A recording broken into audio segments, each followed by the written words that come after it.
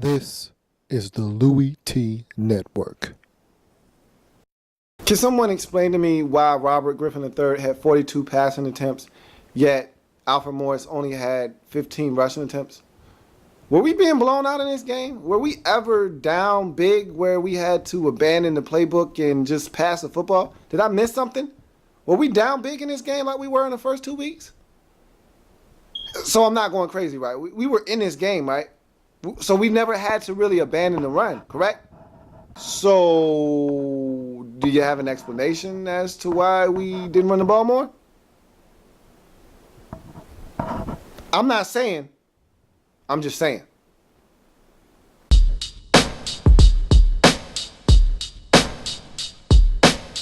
The Redskins Report. Welcome, all my fellow Redskin brethren and sistren. I am your man and resident Redskins fan, Lou. Thank you for joining me. You see this hat?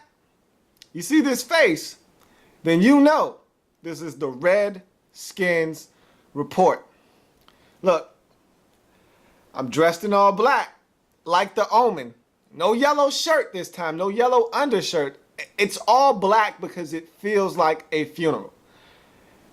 We'll see if I can rise from the dead like the Undertaker, or if this team is going to pack it in for the season. We'll see. We'll see what the fight and resolve of this team is. We'll talk about big picture a little bit later. Want to narrow down the focus. I said that I wasn't going to get really huge and heavily into the X's and O's because I wanted to see the effort from this team that was necessary for me to dedicate that kind of time to breaking down the game. And so I got what I was looking for in terms of effort, in terms of fight, but still did not get the results we were looking for. I said that on Friday this was a must-win game. Of course, we did not win. So where do we go from here? We'll talk about that a little bit later. Let's break down the Detroit Lions and what happened in this football game and why we weren't able to come away with the victory. And I'll try to keep this as short as possible. You know how I get when I start talking about the football game, though. I can get a little long-winded, but here we go. Let's break down this 27-20 loss to the Detroit Lions. So we actually got off to a pretty good start in this game. London Fletcher sacked on the first play of the game. I mean, you can't really start out the game much better than that. And so that was very, very good. I mean, I would have loved to have seen Fletcher go after the football here, though. I mean, Matthew Stafford had absolutely no idea that London Fletcher was coming.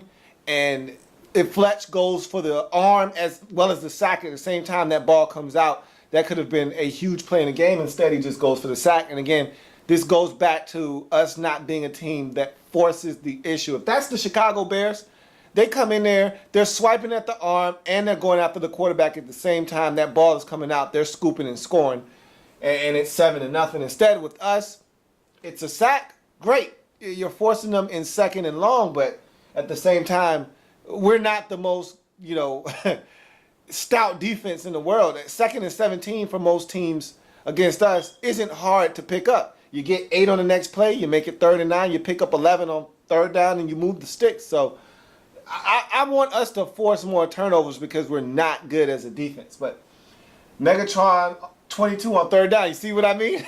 So, I mean, they proved my point for me right here. I didn't even realize that I was going to get that point hammered home that early, but boom, 22 on 3rd down. So you force, 2nd and 17 on 3rd down, they pick up 22, they get a first down. We need to force turnovers. We're not that good as a defense. All right, pressure by Kerrigan on the bootleg forces 3rd and long. And once again, Ryan Kerrigan stepping up to the forefront, helping us try to get off the field on defense. And so we end up getting off the field after that 3rd and long. Redskins did not start this game out that bad. But then again, as usual, the case being that we don't start the game that bad on defense. As the game wears on, we normally get worse and worse and worse defensively. So we get the football, and we had to start fast. That was one of the keys to the game offensively. We can't do this 3-and-out thing, turning the football over, putting the defense on the field for the whole game, essentially, like we've been doing in the first 2 weeks. Offense needed to get a rhythm early, kick pick up a couple first downs, kind of score some points. But even if you're not scoring, just get in an offensive rhythm so that we can see, hey, maybe we got a shot in this game. Garcon gets an end around for 11 yards, then Morris for 9. So you pick up a first down on the first play of the game offensively. Then Alfred Morris gets 9 on the very next carry at 2nd and 1. Then Hank picks up a first down. But after that, we fail on the bubble screen on 2nd and 1. And this one really made me upset because it's 2nd and 1. And the first 2 plays were running plays, and we got 20 yards total on those 2 runs. Why are we throwing a bubble screen on 2nd and 1? Hand it off to Alfred Morris. And this is what I talked about. I wanted us to run the football more in this game. Run the football. That's our staple. That's why we were what we were last season, because we ran the football. We stayed true to who we were. And it seems like for some reason we want to show everyone that Robert Griffin III is healthy and that he can throw the football. No. We don't need to prove anything to anyone. We need to prove that we can win football games, and the best way to do that is to run the football. And so that bubble screen on 2nd and 1 irked me because it was not necessary. Another simple handoff to Alfred Morris would have done the trick, and it would have picked up a first down. We ended up getting a first down anyway, so I don't want to sit here and mull over this, but I'll come back to that later on, and you'll see why I kept talking about running the football. Anyway, read option for the first time this season where Robert actually keeps it happened in this game, happened in this first drive in this Detroit Lions game, 7 yards, but it's not enough running on this first possession. After that 7-yard gain, we go play action fake to Paulson, incomplete, and then we go pass to Aldrick Robinson, incomplete. We have to punt.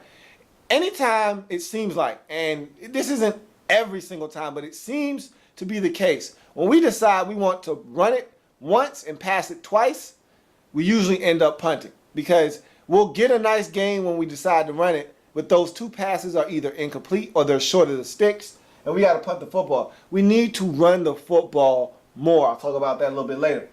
So we punt the football, but we pin them deep. Sav Rocca, let me give him some credit because I've been ragging on Sav the first 2 weeks of the season. He came through big in this game. He really did a wonderful job punting the football. I give credit where credit is due, and Sav Rocca deserves some credit. He did a great job in this football game. You look at pinning them deep, and then D'Angelo Hall, look, you say what you want about D Hall. He's a gamer. He gives it everything he's got. May not always be the best in terms of the production, but when he's playing good football, he's the best thing we got at the cornerback position. And in this game, he was not that bad.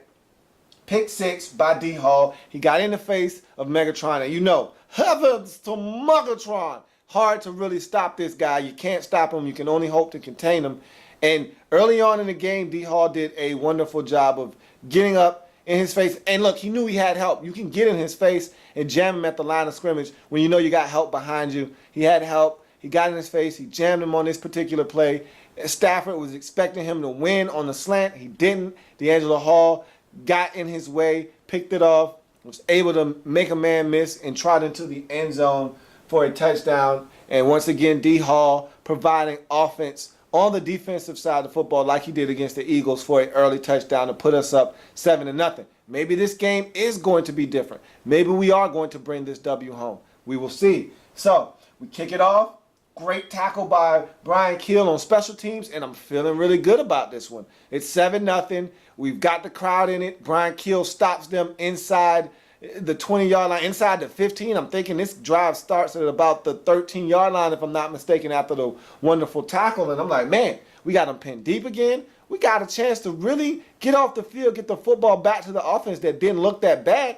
Maybe we could jump on these guys early like we've been jumped on early in the first 2 weeks. So we get them to 3rd down. The crowd is in it. I'm excited. If we could get off the field on this 3rd down, they're pinned deep in our territory. They're going to have to punt. We're going to get good field position.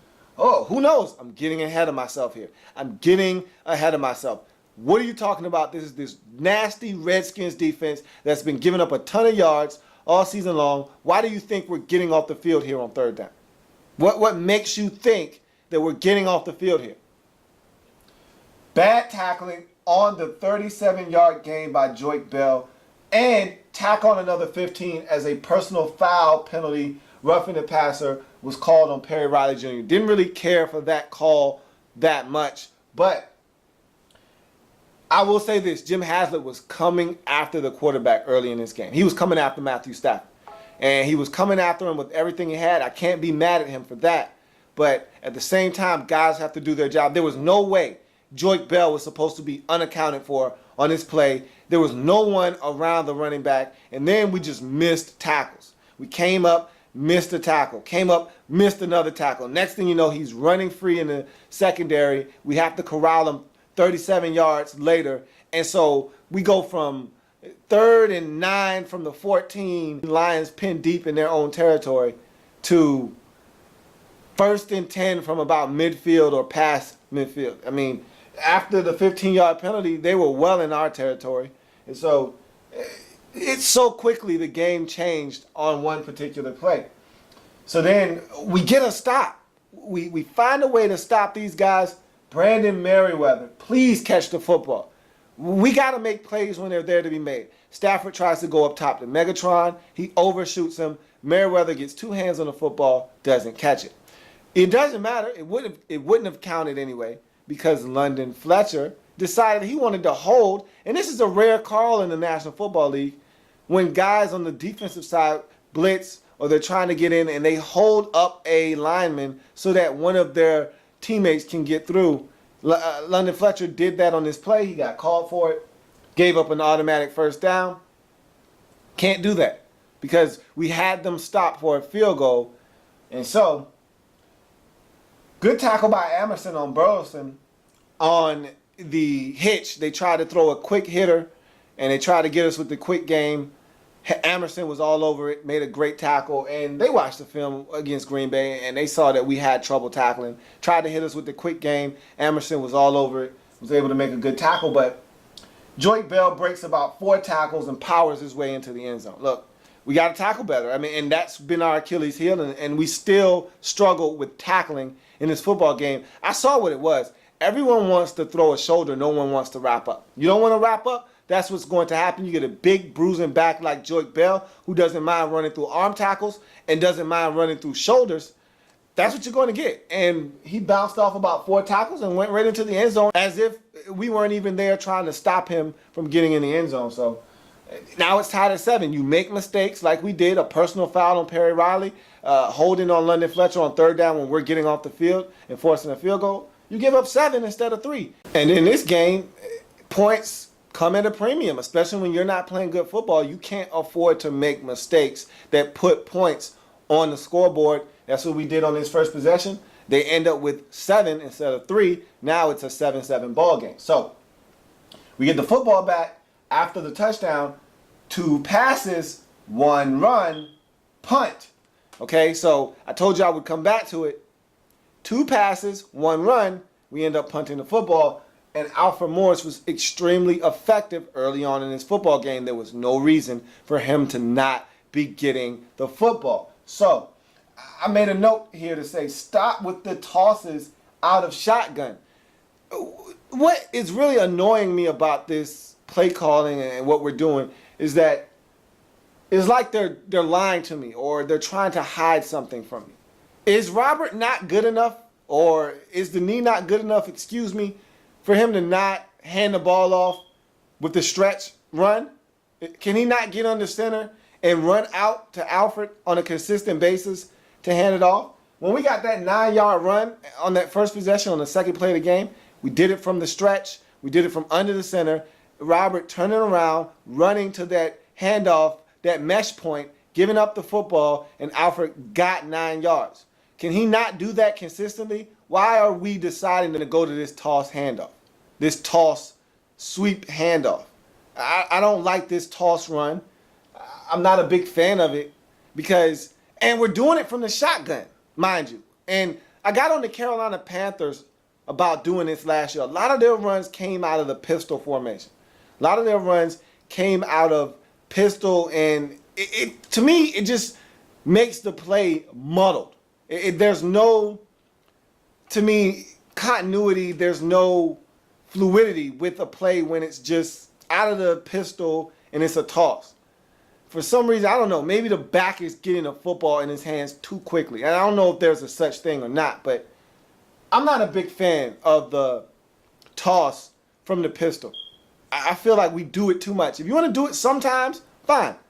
And there was a time where it was successful in this game, and I got it noted down, and I'll talk about it then. But I do not like us running this toss out of the pistol as much as we're running it right now. I feel like we're running it. We're over-exhausting this toss out of the pistol, and teams are really starting to pick up on it. We need to go back to switching it up. How about putting Robert under the center and allowing him to run out and hand it off with the stretch? We were successful with it last year, and when we've done it this year, we've been successful. We haven't done it enough this year. So we punt the football. Joyke Bell breaks another tackle on a 13-yard run, and they're back in the end zone. Are the Detroit Lions, after they put together a nice little drive. On third down, we forced them into third down. We had him stopped. He had nowhere to go with the football. He backpedaled, and then did a Matthew Stafford sidearm throw as he does. And he threw it up to the tight end, Fourier, gave him an opportunity to go and get it, and he did. Rack had no idea where the football was. And I'm starting to become very annoyed with Brian Orakpo. I'll talk about him a little bit later, but he had no idea where the ball was. He never even thought to look for the ball. He looked out of sorts in coverage. He's very much out of his element when he's in pass coverage. It's apparent.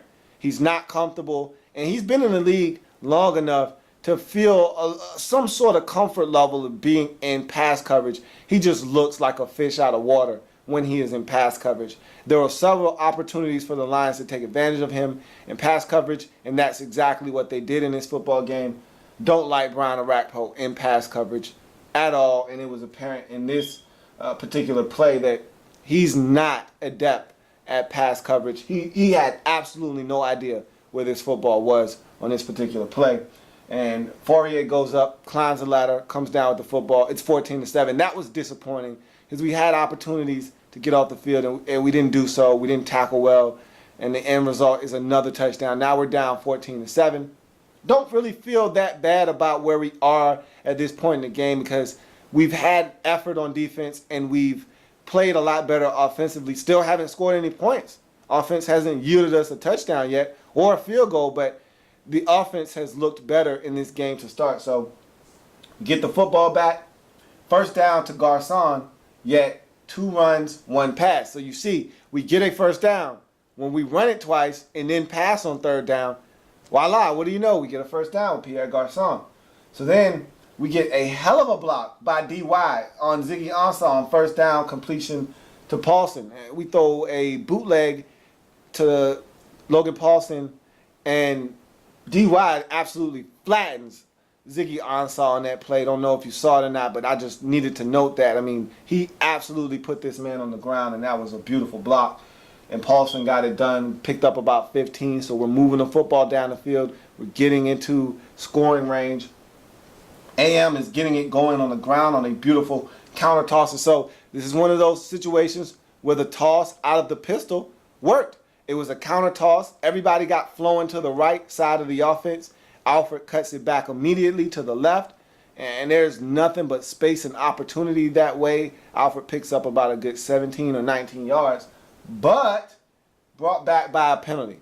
And so here we go, shooting ourselves in the foot again. Again, we're not good enough as an offense. Last year, we were one of the most penalized teams on the offensive side of football, but we were explosive offensively. You didn't know if we were going to strike for a 68-yard touchdown last year, or if we were going to pick up that penalty yardage and get a first down and then some. And we were gashing teams. We averaged the most yards per play last year at about 6 or 7 or 8 yards per play last year. We were getting chunks last season. We're not doing that this year. We're not killing teams in the passing game like we were a season ago. We're not killing teams in the running game because we're not allowing ourselves to by not giving the ball to Alfred Morris more. So we need to run more so that we can set up the pass, and we need to stop shooting ourselves in the foot. We did it on this play, and it brought back a nice run by Alfred Morris. But we're moving the pocket, pass to Reed after that penalty. We bootleg out to the left, and Robert throws a nice, simple, easy pass to Jordan Reed. He runs up the sideline, gets the first down on about a 15 or 16-yard gain, and that's what I'm talking about. I asked us to move the pocket. I said we needed to get Robert out of 1063 Will Montgomery Lane. We needed to move him from behind the center. We did that. You see the end result. Get this guy out of the pocket, move him around, change the launching point so that teams don't know where this man is at all times. You see, the Lions could not come with all-out blitzes in this game because he was moving around. They had to kind of stay back and stay in coverage, because if they came and he was out of the pocket, they could get into some trouble. So they did a good job of moving the pocket in this game. But turnovers killed us in this game. Missed opportunities killed us in this game. As we're in scoring range, I'm yelling, and on this play, I saw this one coming.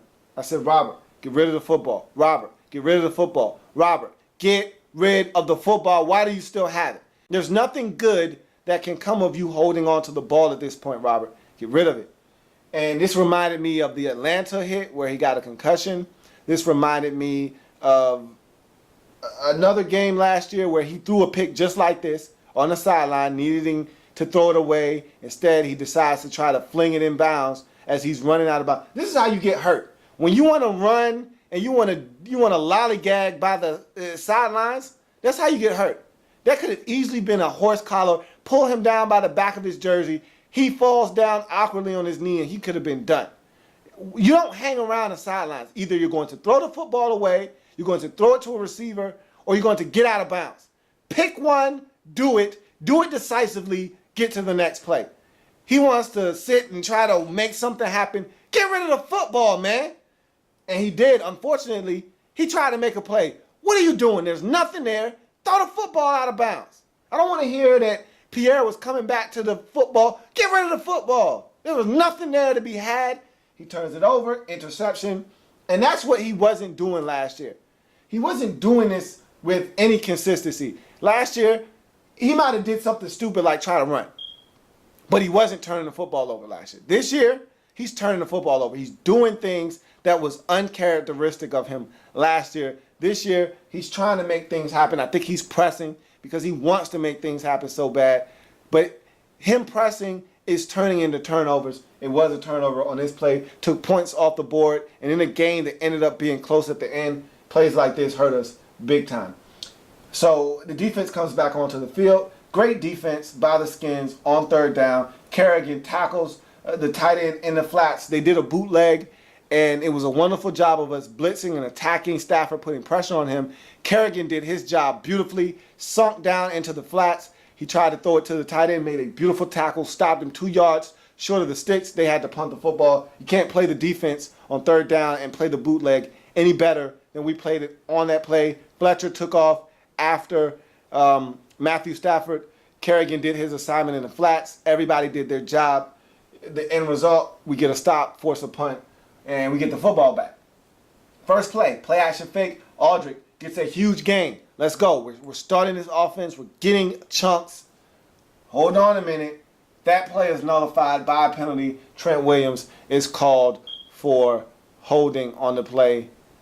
Look, we can't have these self-inflicted wounds. And you get big gains, you get the crowd involved, you get some offensive rhythm and flow, and you take it away with a penalty. We're not good enough to do that. You can't afford to do that. But we still pick up the first down after the penalty, but that's not the point. The point is we're not good enough as an offense to take yards off of the field for us and move backwards. We're not good enough right now. Last year, we could afford to do that because we were so explosive.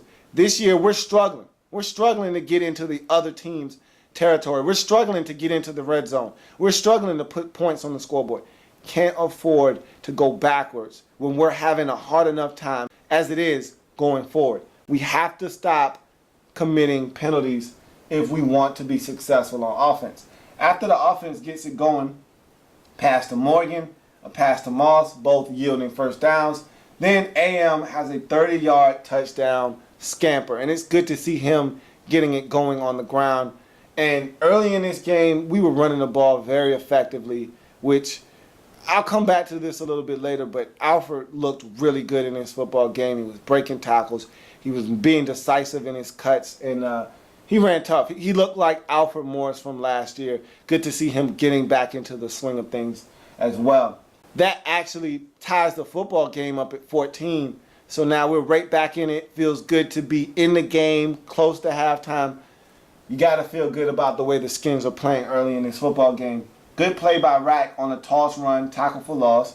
He stood up the blocker and made him, that being a ball carrier, try to make a decision. He was indecisive. Here comes the cavalry. We get him down, about a 3-yard loss. This was all due to Brian Arakpo standing up the blocker and really forcing the back to have to make a decision, one that he did not want to make. But after that tackle for loss, they get a huge gain by Nate Burleson. And I tell you what, I wasn't even really that mad on this play because Amerson went for the football. The rule is, though, if you're not sure if you can get it or not, you can't gamble like that. You cannot gamble if you don't know for sure that you're going to either knock it away or pick it off. He went for the pick. He didn't get it. Burleson catches the football. We know Matthew Stafford has a strong arm. He zinged it in there, and Burleson ended up picking up about 45 or 50 yards. They're in the red zone now. Great play by D'Angelo Hall as he almost picks off a pass that was intended for Megatron. He got both hands on it, broke it up in the corner of the end zone by the pylon. And so that actually led to a stop. In the next play, we were able to force Stafford to throw it out of the back of the end zone. And so they got a field goal right before the half to make this 17-14. But I'm not mad. Not mad at the defensive effort, even though we're giving up chunks of yardage and we're not tackling as well as I would like us to. We're hanging in there. We're hanging tough. We're playing better on the offensive end. We scored an offensive touchdown in the first half. Hey, how about that? And the defense isn't that bad. We only gave up 17 points, which for most teams is not a good half of football. But for us and what we've been doing, that's a really good half of football. So we go into the half down by 3. We get the ball after halftime, which you know I love. Out of bounds on the kickoff to start the second half, so we get the ball at the 40. Excellent. Garcon catches a beautiful throw from Robert, gain of 19 to start it off. So, boom, we're already in Lions territory, just like that. Well, ball behind Hank on third down, though.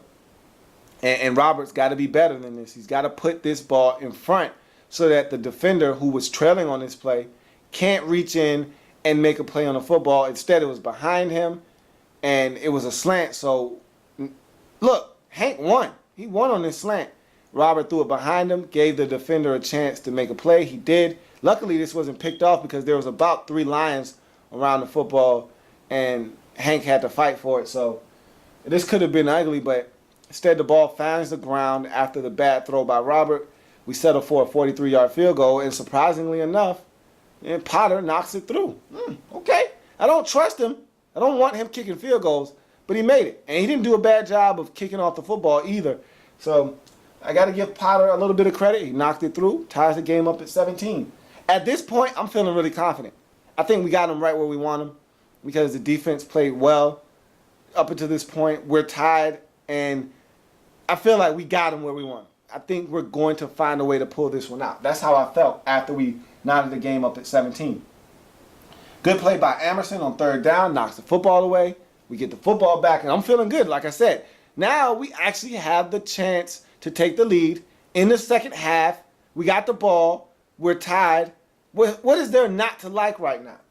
So, personal foul on the Lions as they pull AM's helmet off. And so, I'm feeling like, okay, now we got a chance to jumpstart this drive. Boom, next play, sack as Ndamukong Suh. It kind of disrupts the play. It makes Robert run around. He can't get away from the rush. It's about a 15-yard sack. That basically put an end to that drive right in its tracks. So we end up punting the football. But the Lions get the football, and they start to drive a little bit. But Cofield gets a stop on second down for no gain. Third down, we get pressure, force an errant throw. They got to punt the football. So we're playing defense, and we're getting the football back. Game is still tied. We still have an opportunity to take the lead. False start on 3rd and 6 helps lead to a punt. Look, we can't afford mistakes. We're in 3rd and manageable. 3rd and 6 is 3rd and manageable. 3rd and 11 means we're going to have to punt. We're not good enough on the offensive end, once again, to be in 3rd and long. 3rd and manageable is where we need to be. We need to be on schedule. That's why I like running the football twice and throwing it once, because running the football with our offense keeps us on schedule. Right now, when we throw the football, a lot of times we're not completing passes, and so it gets us off schedule as an offense. 3rd and 6 was manageable. You get a false start. Now it's not manageable anymore. It's 3rd and 11. We got to punt. So we're wasting opportunities to take the lead. We're getting stops. We're getting the football with a chance to take the lead, and we're not taking advantage of it. Great D again, though. D Hall, solid tackle on 3rd down. After Emerson has a knockdown on 2nd down, we force another Detroit Lions punt. Do you see a theme here? We're forcing them to punt us the football. The game is tied. We have opportunities to take the lead, and we're not taking advantage of these opportunities on the offensive side of the football. Robert finds Garcon on 3rd and 8, then Morgan for another 1st down. But then Robert makes a play in the 4th quarter that, to me, changes the game. All right, he looked like the Robert of old on this play. He looks like he's getting healthy. You can see the mobility slowly coming back. On this play, he had to avoid a couple of rushers. He darts up the field, takes off for a 25-yard run. At the end, he dives on the ground to give himself up. No one touches him. No one forced him down. So he's still live. Ball comes out. It's a fumble. Lions recover. You can't have that kind of unforced error. You got to protect the football. And if he can learn how to slide, that'd be great. Look, a lot of times when these guys can't slide, they don't learn how to slide. And he doesn't know how to slide. When he slides down butt first, it looks like he's trying to give himself a concussion because he just throws himself down. I'd much rather have him slide the way he slid on this play. He's just got to cover up the football. It's just that simple. He's got to cover up the football. The ball squirts out. Lions get it. And to me, that changed the game because we were going to score on that possession. Whether it be a touchdown or a field goal, the offensive rhythm of that possession, no doubt in my mind, we were going for points. Now, was it going to be 7 or 3? That's debatable. But we were going to get something. That turnover derailed that drive and really sucked the momentum and energy out of the stadium. And it really sucked the energy out of this football team at that time, as you will see by the events that happened afterwards. Burleson, 50-yard catch, which leads to a field goal. Emerson has another pass breakup as we get down close to the end zone, but they still get a field goal out of that possession. And so that hurt because they take the lead now 20-17 after we had all the momentum and an opportunity to be the team taking the lead. Instead, we turn it over. The Lions take the lead. And that field goal turned out to be the game winner because they took the lead on that field goal and we never caught them after that field goal. So now the Lions lead 20-17. The Lumberjacks starts off the next drive with a 17-yard gain. And so we're getting back into that offensive rhythm again. We're picking up chunks. That's good. Garcon, great effort to get a 1st down, makes a couple of guys miss, dives, gets a 1st down. Great effort by Pierre. He was huge in this game, by the way. And so Aldrick Robinson can't complete the 58-yard touchdown catch to take the lead. And I got hyped. When Aldrick caught that, let's go, Aldrick, let's go. I got excited. The minute I saw the replay, one time, I sat back down in my seat and said, that's not a catch. And again, another gut punch. That Robert fumble in the 4th quarter, gut punch. This one, an even bigger one. I feel like I got hit with a Tyson uppercut. That Roy Jones body shot. The one that just stops your body from functioning and you buckle down to your knees. That's what this one felt like. As I saw the replay the first time, I just sat down in my chair. All that excitement, that jubilation, gone. Instantly when I saw the replay. I knew this was overturned. I said, come on, Aldrick. Come on, man. You got to come down with that one. He didn't. They overturned it. And I knew that was going to suck the life out of us once again. And that's exactly what it did. The very next play, we fumbled the football. Logan comes across in motion. Ball hits him on the shoulder. Robert has to scoop it up. And that was an athletic play by Robert to scoop it up. Borderline dangerous, but it worked out. Doesn't matter. We didn't pick up a 1st down after that. We had to punt the football.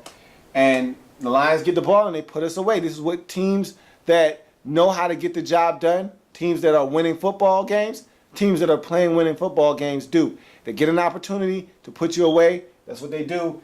Durham gets a 33-yard completion, and on the one time that Emerson wasn't clean on this game was this play. The completion to Nate Burleson for 50 yards. Hey, he went after it, had a chance, didn't get it. It happens. Stafford, give him credit, made a good throw. On this one, he just got beat. He got beat on a corner route. Stafford made a good throw, and that was the one time Emerson really got beat in this game. It cost us, though, as Rat can't tackle. And this is why I said I'm frustrated. I'm starting to become very perturbed and annoyed with the Brian Orakpo. We got Joik Bell bottled up in the backfield. He runs into the back of the offensive line, and we got him stifled, and there's nowhere to go. And Rat comes to clean him up on the backside, and he's headhunting. Instead of him wrapping up at the waist like he's supposed to, he comes in recklessly trying to take the man's head off. Joik Bell ducks, spins out of the pack, breaks another tackle, gets 11 yards in the first down, which propelled them to Calvin Johnson getting a touchdown on third down. Great throw by Stafford. Great effort by Heavens to Megatron. And 27-17, I stopped taking notes because at that point, less than 4 minutes to go in the game, we only got 2 timeouts left. We now need 2 scores. This game, effectively, in my mind, is over. Now, if we quick strike them, yeah, we back in this game. But this offense hasn't quick striked anyone all season long. So why would I believe that this is going to be the time for us to pull a trick out of the bag and quick strike someone? Now, we did not. We ate up a lot of time trying to score. Got all the way down inside the 10 and still couldn't find a way in the end zone. Had to settle for a field goal. Tried the onside kick, which I would have preferred to have kicked the ball off deep, played defense like we did, and forced them to kick us the ball from deep inside their own territory, giving us better field position and a better shot at scoring a touchdown. Instead, we want to go the old, hey, give us 2 chances to get the football route, kick the onside kick, which is a small percentage of getting the ball back. We did not. Now, even if they punt us the ball, we're going to be inside the 20 when we get it. And then you're asking us to go 87 yards, 85 yards for a touchdown. Not going to happen without any timeouts in about 30 seconds left. Not happening. So didn't like the decision to onside kick it. Kick it off. You got 2 timeouts. It's about 1:50 left. Play some defense. Get the football back with about 45 seconds left. And you're probably going to be around the 40, maybe midfield if you could actually get a solid return. Chris Thompson stinks on punts and kickoffs. They took him off of kickoffs because he stinks. They put Josh Morgan back there, and he was equally ineffective back there on kickoffs as well. We just don't have it. And this is why we're missing Richard Crawford right now on punts, because at least he was getting up the field. We're not getting anything out of our punt return units. But anyway, we try to make it a game. We don't complete the comeback. We lose 27-20. And so basically now where this leaves us as a team is we're at 0-3. And this was a must win, and we didn't win. And to me, the season essentially is not over, but we're not going to be the team that I thought we were going to be this season. I don't want to say that the season's over because there's so much football left. It's different when you're 3-6, and I declared us dead last year and we ran off 7 straight because we were already 9 games into the season. Half of the season was done, and we looked like we were done. It's still 13 games left, and we're starting to get better as a football team. There are some positives to take from this game, but at the end of the day, we lost. And there's no positives to take when you lose. You lost. You didn't find a way to get it done. We had opportunities. We made critical errors at critical junctures of this game. Robert fumbled the football on one possession. We had the Aldrick Robinson touchdown, no touchdown. That hurt us. Then you got Robert throwing a pick in the Lions territory, taking points off the scoreboard there. You can't turn the football over when you have an opportunity to get points. And we shot ourselves in the foot. Had some penalties that cost us. We're not good enough as a football team yet to make those kind of mistakes and have self-inflicting wounds and overcome them. We're not good enough. And so Now, this game against the Raiders next week, how do you not count that as a loss? I mean, the Raiders have already won a game. We haven't tasted victory yet. So all of a sudden now, the Raiders are looking at us like a win on the schedule instead of the other way around. When this season started, we were looking at this trip out to Oakland as a guaranteed W. To me, this is a loss now. Until we win, everything's a loss until we make it a win. And so I don't know where we go from here, because even if we beat the Raiders and go to 1-3, we're still 2 games under 500. We're still struggling as a football team. We're going into a bye week after that Raiders game. We come off that bye and we go straight to Dallas. I mean, I don't know. One game at a time. Can't really look big picture, even though I want to try to open up the focus a little bit and say, you know, this is what we have to do. This is what we can only take in one game at a time. And we're 0-3, and you don't come back from 0-3. 0-2, you got a faint chance. 0-3, you're on life support at this point. And this season is on life support. I don't know how else to explain it. To me, we're brain dead right now, and we got the oxygen mask, and that's supplying oxygen to our brain and to our body, but we're not coming back. To me, we're a vegetable, and we're done. And I don't know what else to say. I mean, I feel like I'm at a funeral. I feel like it is a funeral. I feel like our season is just about over. And it's a shame because there were so many expectations. And this is what I talked about last season and going into this season. I said all offseason, I wanted to see how we would handle the success that came with winning the division and having that big target on your back and having everyone talk about you as being a team that can make some hay in the National Football League. Hey, we were talking about the Super Bowl this year. Mike Shanahan said Super Bowl or bust coming into the season. And a lot of us were drinking that Redskins Kool-Aid. We won all of our preseason games and we looked good offensively. And we felt like, hey, all we got to do is insert Robert into this offense and we'll just keep this train going. And we were wrong. And we did not handle the expectations that everyone had for us well. We did not handle the expectations of winning well. And we're struggling right now. We're not a good football team. We don't look like a good football team. We're not stopping teams defensively. We can't tackle well yet. We're not scoring enough points offensively. We're not taking advantage of opportunities that are given to us. Look at this. We scored 20 points in this game. Only 7 of them came on the offensive end. I mean, if not for the D. Hall interception return, we only scored 13 points in this game. So we're still not really scoring points. We had opportunities in this game and we blew them. So we're not a good team. We are not a good football team, and we're 0-3, and that reflects what we are. Our record says exactly who we are. We're not a good football team, and 0-3 says you're not a good football team. And so we are exactly what we're supposed to be right now. So on to the next one. On to the Oakland Raiders, and we'll see what we're able to accomplish. But right now, it does not look good for the burgundy and gold. I am a Redskins fan, etched in burgundy and gold. My Redskins spirit will never die. My Redskins spirit will never fold. Until we meet again, hail to the Redskins.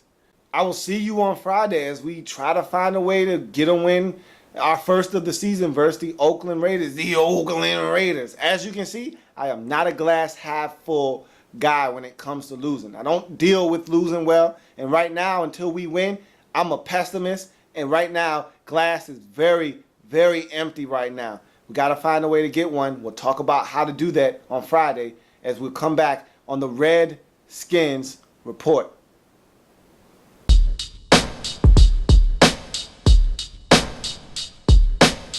The Redskins Report.